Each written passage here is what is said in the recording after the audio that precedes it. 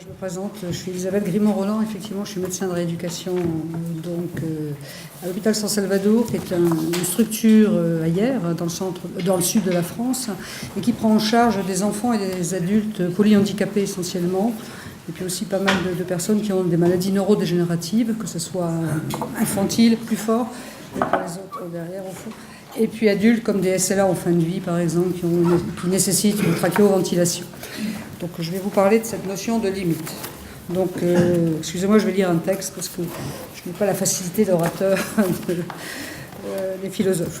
Mon quotidien est celui d'un praticien hospitalier, donc de médecine physique et de réadaptation, dont le métier, c'est de coordonner et d'assurer la mise en application de toutes les mesures visant à prévenir ou réduire au minimum inévitable les conséquences fonctionnelles, physiques, psychologiques, sociales et économiques de déficience et d'incapacité que peuvent présenter une personne. Ça, c'est la définition européenne de la médecine physique. Prendre soin d'une personne avec déficience multiples et complexes, c'est avoir l'ambition de soigner, même lorsque les limites de la médecine technoscientifique sont atteintes. C'est le professeur Zitoun, qui est hématologue ici à Saint-Louis, qui dit ça, sur un site que je vais citer plusieurs fois, Plus digne la vie, un site informatique. Exercer son métier auprès de la personne en situation de handicap sévère, la plupart du temps au-delà de toute amélioration possible, puisqu'ils sont souvent avec des états cliniques fixés, des maladies neuroprogressives, comme je viens de le dire, des états végétatifs ou états aussi relationnels, nous confrontent aux notions de tolérable, d'intolérable, de limite. S'il peut exister une limite au traitement, il n'existe pas de limite aux soins, même lorsque la personne présente un état très dégradé du point de vue physique et cognitif. Cette différence entre traitement et soins sera un des points fondamentaux de la loi dite Leonetti, donc du 22 avril 2005, relative aux droits des patients et à la fin de vie, et qui sera reprise dans la loi Claes et Leonetti du 2 février 2016, créant des nouveaux droits pour les personnes malades et en fin de vie. Vous allez peut-être vous demander pourquoi un médecin de rééducation et de réadaptation est amené à faire cette distinction entre traitement et soins, puisque la réadaptation ou la réhabilitation sont des sciences qui permettent aux personnes de garder leur niveau fonctionnel, physique, sensoriel, intellectuel, psychologique et social nécessaire à leur autonomie fonctionnelle. Dans mon mémoire de Master 2, que j'ai passé là en septembre 2017, je parlais ce mémoire avait pour titre Éthique des limites et figure de l'intolérable dans les soins à la personne sévèrement handicapée.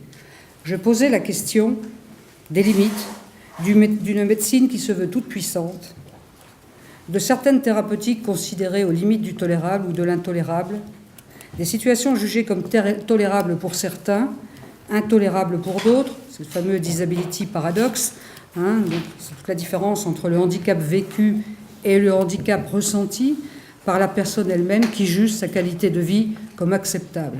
Et travaillant auprès de personnes qui présentent des SLA, la maladie de Charcot, au stade très évolué, avec des tétraplégies où ils peuvent communiquer qu'avec une puce qu'ils peuvent avoir sur le front, je m'aperçois que ces personnes souvent considèrent leur vie comme acceptable. Elle n'est pas si dégradée que ça. Qu'est-ce qui fait basculer d'une situation tolérable à une situation intolérable, d'une situation acceptable à une situation inacceptable, d'une situation banale à une situation complexe? Où se situe la limite ou les limites, là où les frontières? Qu'évoque-t-on lorsqu'on se réfère aux limites d'un traitement? Où se situe cette limite entre la possibilité et l'impossibilité de continuer les traitements? Alors, je vais poser beaucoup de questions, je ne vais pas toujours y répondre, je vais poser surtout des questions dans mon propos. Avant d'aller plus avant, il nous faut définir la notion de limite. D'abord, je vous propose de faire un léger détour par le théâtre et la littérature. Sans filtre est le titre d'une pièce de Baffy qui, avec humour, décrit un homme complètement désinhibé, qui n'a plus aucune limite, dans le langage et dans l'action. Il y transgresse allègrement tous les codes de bonne conduite, de bonnes mœurs, de bon vocabulaire qui régissent notre vie en société. Tu exagères, tu dépasses les limites, dit une mère à son enfant désobéissant. Et à l'autre bout de la vie, le livre de Romain Gary, au-delà de cette limite, votre ticket des plus valables, interroge sur les limites inhérentes à l'âge et à la vieillesse, notion reprise dans l'expression « vous avez atteint la limite d'âge », où le monde du sport n'est pas en reste d'ailleurs, dans l'expression « le boxeur a gagné son combat avant la limite ». Le dictionnaire précise que le terme limite vient du latin limus, qui désigne un chemin, un sentier. Je et ça dans le Grand Gaffio, bordant un domaine, un passage entre deux champs. La limite prit ensuite le sens d'une ligne qui sépare deux territoires, ou plus précisément la frontière. Et ça, Léo en parlera mieux que moi tout à l'heure, avec les notions de frontière, de limite et de seuil. Dans la Rome antique, limeuse désignait les frontières fortifiées de l'Empire romain. Limite, substantif féminin, peut être employé au sens propre comme au sens figuré. Dans le premier cas, une limite est d'abord une ligne, une borne, une frontière, une démarcation, la fameuse ligne de démarcation, une ligne qui sépare deux étendues. Ne dit-on pas atteindre, dépasser, franchir, passer, toucher là où les limites de quelque chose, sortir des limites, étendre, reculer les limites, assigner, attribuer, fixer une ou des limites. La langue française est riche dans l'emploi de ce terme. Au sens figuré, une limite est ce qui sépare deux disciplines. La limite entre la santé et la maladie, la limite, être à la limite de la raison ou de la folie, être à la limite de la douleur ou de la joie, limite qui sépare l'erreur de la vérité. La limite n'est pas toujours facile à marquer, à fixer, à reconnaître. Les limites que nous sommes amenés à nous fixer vont dépendre de la société de laquelle nous sommes issus, de notre environnement et de notre milieu social.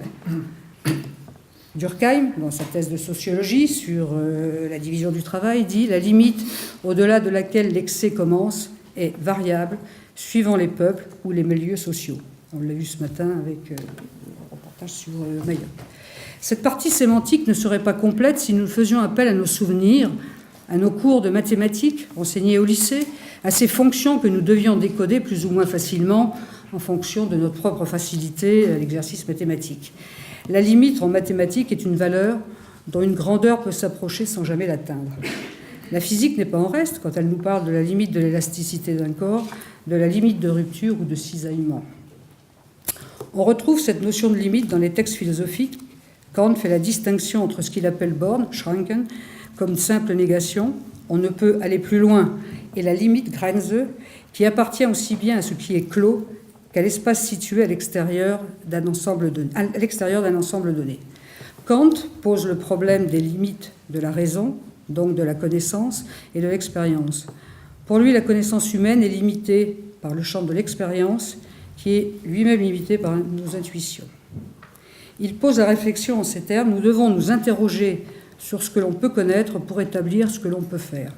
Il pose aussi le problème de la finitude ontologique de l'homme qui se présente comme un homme limité. La limite de notre vie, posée comme un impératif, sera la base de la philosophie d'Heidegger, et Spinoza, dans le livre 3 de son Éthique, se demande « Que peut un corps ? Personne n'en sait rien, en tout cas personne ne sait d'avance. » Il reprend la notion d'homme limité. Ces considérations philosophiques sont bien éloignées de la pratique soignante auprès de la personne avec un handicap sévère. Détrompez-vous.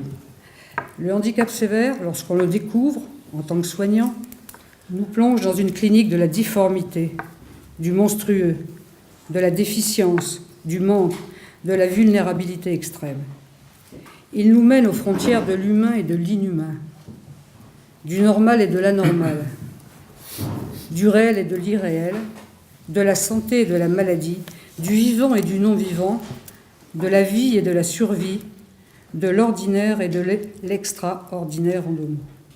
La personne handicapée est devenue une personne extrême, éloignée de l'état modéré, qui n'a point de mesure, qui ne rentre pas dans la norme, véritable sujet fantasmé dans les représentations inconscientes, individuelles et collectives, la plaçant, comme le souligne Simone Corsos, aux limites de l'humain et de l'animalité. Du point de vue de la personne elle-même, cette situation de handicap est vécue comme une situation de seuil, une perpétuelle liminalité. C'est un concept qui a été fondé par l'ethnologue Arnold von Gennep en 1909 dans sa théorie des rites de passage, la séparation, le seuil et l'agrégation. Je passe vite. Et ce concept a été repris par l'anthropologue Robert Murphy, lui-même atteint d'une tumeur de la moelle épinière, et qui dit dans son livre, donc Vivre à corps perdu, je vous recommande, j'aime mieux le titre anglais The Body Silent, ce titre a été mal traduit. Donc Robert Murphy parle de situation d'entre-deux, qui fait dire à Marcel Calvez, situation dans laquelle l'individu flotte entre les interstices de la structure sociale, ni dedans, ni dehors, En somme, à la frontière entre deux espaces, celui des personnes ordinaires et celui des personnes extraordinaires. En effet, le handicap sévère, le polyhandicap, nous mène aux frontières de ce qui est humain, car il interroge ce qui est de l'anomalie somatique, physique, de l'anomalie psychique, de l'état de conscience, parce qu'il nous pose la question cruciale de la légitimité d'une vie. Qu'est-ce qu'une vie qui vaut la peine d'être vécue ? Albert Camus écrit en première page du mythe de Sisyphe « Juger que la vie vaut ou ne vaut pas la peine d'être vécue, c'est répondre à la question fondamentale de la philosophie. Question fondamentale, certes, mais extrêmement difficile. Ces situations de handicap extrême nous obligent, au cours de l'exercice de notre art, à un questionnement permanent. Comment faire pour bien faire ? Comment ne pas nuire ? Toutes décisions dans ces situations de soins complexes sont bordées par l'interrogation du comment prendre une bonne décision. Toute décision, pilier de l'exercice de la médecine, allie donc trois caractéristiques importantes. Le doute de celui qui décide, dans une clinique du doute sans cesse renouvelée, les incertitudes qui persistent dans la médecine moderne, enfin la relation asymétrique qui lie le patient au médecin. Ces véritables interrogations éthiques fixent la limite entre ce qui est de l'obstination raisonnable et de l'obstination déraisonnable, de la vie et de la survie, du tolérable et de l'intolérable, du supportable et de l'insupportable, de la souffrance et du bien-être. Camus, dans La Peste, découvre dans la souffrance de l'enfant la limite entre ce qui fait la justice et l'injustice, entre la vie et la mort, et cette frontière est intangible, c'est la souffrance d'un être innocent. Si la douleur, la souffrance ont été mieux prises en compte ces dernières décennies, grâce au progrès de la médecine, au progrès thérapeutique, aux nouvelles molécules antalgiques, malgré cela, la médecine scientifique, telle qu'elle nous a été enseignée, peut se révéler, malgré tout, à l'origine d'une réification de la personne soignée si nous ne prenons pas garde. Quels pourraient être les garde-fous de cette médecine qui se veut curatrice, technique, scientifique, c'est l'évidence base médecine. Une réponse se trouve peut-être dans la mise en place d'un corpus de règlements de plus en plus pointu, de protocoles, de procédures, de référentiels, d'arbres décisionnels, de codes de bonne pratique. La loi comme norme pour fixer un cadre à la relation soignant-soigné. La loi posant des interdits. Les cliniques du handicap extrême, loin d'un handicap modéré, nous exposent en tant que médecins à des prises de décision jouant avec les limites, au risque de transgresser l'interdit dicté par la loi. C'est la relation médecin-malade, ou médecin et famille, puisque beaucoup des malades dont je m'occupe ne sont pas en capacité de parler, qui nous permet de ne pas fonctionner mécaniquement en appliquant à la lettre des protocoles, des procédures, dans une logique d'une éthique exclusivement déontologique, sans aucune autre limite que les normes et les interdits. Face à la grande vulnérabilité, à la grande fragilité de la personne en situation de handicap sévère, ne sommes-nous pas devant les tensions éthiques du trop faire ou du ne pas assez faire, du péché par action maladroite ou par omission ? Où situons-nous les limites ? Certes, Camus, dans Le Premier Homme, nous rappelle « un homme, ça s'empêche ».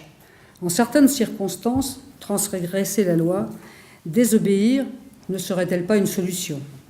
Frédéric Gros, dans son ouvrage qui vient de sortir, « Désobéir », nous exhorte à désobéir à ce monde, non systématiquement, mais à sortir d'une sorte de paresse, de soumission à l'ordre. Il est des situations, comme le tragique d'une vie en état végétatif profond, ou en état d'éveil non répondant, il y a différentes définitions maintenant, sans espoir d'amélioration, qui nous exposent au tragique d'une décision inappropriée, voire d'une non-décision, qui nous place dans un perpétuel balancement entre le tragique et le quotidien, l'absurde et le logique. À ne pas vouloir décider, à ne pas se positionner de façon claire, par angoisse, par peur de la judiciarisation que pourrait nous imposer une famille en grande souffrance, pour laquelle la mort de l'enfant est du registre de l'indicible, et qui revendique de choisir, de décider, de trancher, de nous obliger à prendre une décision qui nous semble de l'ordre du déraisonnable, de l'ordre de l'obstination, nous précipitant dans une véritable spirale du fer, semant un désaccord dans l'équipe médico-soignante, faisant scission au sein de celle-ci, induisant une véritable paralysie professionnelle, une asphyxie collective, une paranoïa contagieuse. La violence de ces situations vécues est directement induite par ces états cliniques aux limites, notamment l'état de conscience minimale. Ne plus savoir raison garder, ne pouvoir poser une limite à ces traitements qui ne font que maintenir une vie de façon artificielle, maintenant un état physiologique des plus précaires. La loi ne peut pas tout, même ce qui se révèle être une bonne loi.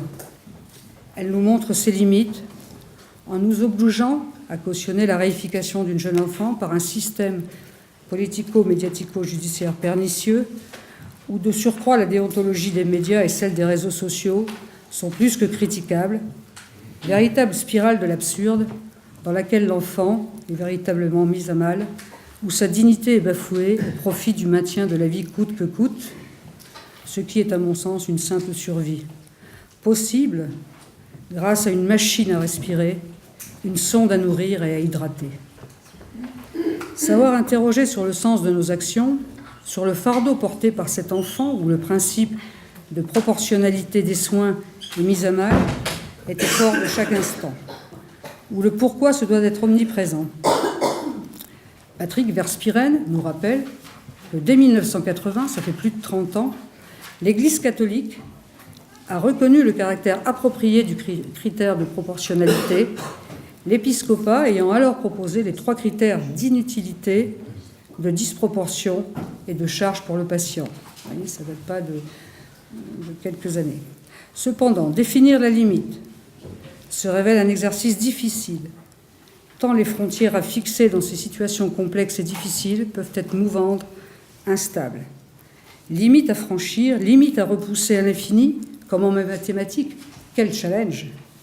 Sera-t-il possible, dans un avenir proche, de prolonger la vie indéfiniment, de faire remarcher une personne paraplégique, de greffer un cerveau, une tête, comme l'argumente récemment un médecin italien, on a lu ça dans la presse, d'augmenter nos capacités physiques et cognitives à l'infini. En 1976, Daniel Keyes publie son best-seller « Des fleurs pour Algernon », dans lequel des chirurgiens de l'impossible proposent à Charlie, déficient intellectuel, une intervention sur son cerveau afin de démultiplier ses capacités cognitives. Véritable pari sur l'avenir, expérimentation sur l'humain, qui se soldera bien sûr par un échec. Charlie retrouvant son état intérieur avec retard intellectuel, l'obligeant à finir sa vie dans l'asile tant redouté. Les connaissances médicales actuelles ne nous permettent pas d'y répondre et nous obligent dans une grande humilité au risque de nous transformer en Mr. Hyde. Les situations cliniques des patients en état de conscience minimale sont souvent paradigmatiques des difficultés rencontrées par les médecins quant à leur rapport à la limite. Quand on interroge les médecins qui prodiguent des soins à ces personnes, dans des unités dédiées, des unités pour personnes en état végétatif, ils répondent en majorité qu'il faut poursuivre la nutrition artificielle, la ventilation mécanique. Cependant, quand on leur pose la question de ce que serait leur propre choix dans une situation identique, la plupart d'entre eux pensent que cette vie n'est pas supportable et qu'au-delà de cette limite, le ticket n'est plus valable. Comment décider de ce qui est bon pour une personne, de la qualité de sa vie, alors qu'elle n'est pas en capacité de nous l'exprimer? Que faire quand la situation se dégrade? Où se situe la frontière entre obstination raisonnable et obstination déraisonnable? Verspieren, encore lui, affirme que le projet médical des structures dédiées doit proscrire l'acharnement. Il dit « Les traitements de sauvetage de haute technologie sont considérés comme déraisonnables et proscrits ». Mais comment définir la limite entre un traitement raisonnable et un traitement déraisonnable? Tous ces questionnements nous amènent sur le chemin du doute et de l'incertitude, bornant tout acte décisionnel. Elisabeth Sledzinski nous enseigne, dans ce lot d'incertitudes, l'éthique convoque la liberté et l'intelligence dans le jardin du bien et du mal. Notre pratique auprès de la personne en situation de handicap extrême s'avère le plus souvent être une médecine des limites pour en prendre soin, remplie de sollicitude, d'attention, de juste proportion et de sagesse. Charles Taylor rappelle que la technique médicale conduit souvent à négliger les soins qu'exige le traitement d'un patient en tant que personne possédant une vie propre et non pas en tant que site d'un problème technique. C'est dans son ouvrage « Le malaise de la modernité ». Savoir convoquer l'éthique pourrait être un rempart à opposer à nos dérives. Cependant, le tragique de ces situations limites, dans un contexte de subjectivité et d'affect, rend illusoire la maîtrise absolue de nos décisions. Les personnes infirmes, faibles, vulnérables ne sont pas moins vivantes que les autres. Elles nous retiennent au bord d'une folie, à savoir le gouffre du sans limite. Ça, c'est Sticker dans son dernier ouvrage, La condition handicapée. Comment prendre une bonne décision? Quelle boussole éthique pour nous guider? Depuis Max Weber, il est courant de distinguer l'éthique de conviction et l'éthique de responsabilité. Pourquoi les opposer? Weber ne le fait pas d'ailleurs. Avoir des convictions n'empêche pas d'être responsable de nos actions. Frédéric Gros évoque le concept de responsabilité illimitée envers autrui. Nous serions alors des sujets responsables sans limite. Responsabilité illimitée envers l'autre, pour reprendre l'expression de Lévinas, qui dit « la responsabilité de protéger cette personne dans sa fragilité tremblante, démunie, désarmée, c'est celle qui me commande. C'est elle qui me commande, pardon. » Et ça, c'est dans Éthique et Infini. Dans ces prises de décision difficiles, agir en fonction de nos convictions profondes uniquement serait agir comme un chrétien qui fait son devoir. Mais cela serait sans considérer les conséquences de nos actions. L'approche conséquentialiste est essentielle dans cette médecine des limites. Comment préjuger de toutes les conséquences de nos actes? Là est toute la question. L'éthique kantienne, qui choisit le devoir devant la préoccupation des conséquences de nos actions, n'est pas toujours réaliste dans le domaine du soin, où le principe éthique que nous avons évoqué jusqu'ici est celui de non-malfaisance ou primum non nocere. Comment nous y retrouver? Il semble important de convoquer Ricoeur et l'éthique de la sagesse pour un soin imprégné de sagesse pratique, inspiré donc de l'éthique aristotélicienne, dans un équilibre réfléchi entre éthique de l'argumentation et de conviction bien pesée. C'est Ricoeur dans Soi-même comme un autre. Aristote nous enseigne que l'art médical est une pratique savante et un savoir pratique, un art au sens d'une techné, savoir scientifique qui la valide. Il définit la science comme quelque chose qui s'enseigne, proche de la transmission. Dès que l'on a affaire à des humains, les certitudes sont à prendre avec humilité, et il faut savoir délibérer quelquefois, dédire, au sens de dire le contraire de ce que l'on a pu affirmer. Il est certes plus confortable pour nous soignants de nous retrancher derrière une éthique déontologique, les textes de loi, les codes divers, considérés comme seul rempart contre ces dérives, ce gouffre du sans limite. Pour conclure, convoquons de nouveau Paul Ricoeur qui nous enseigne que la sagesse pratique consiste à inventer les comportements justes, appropriés à la singularité des cas. Cette sagesse pratique pourrait se révéler la base de notre boussole interne, tout en sachant, comme nous enseigne Canguilhem, que l'on ne soigne qu'en tremblant. Je vous remercie.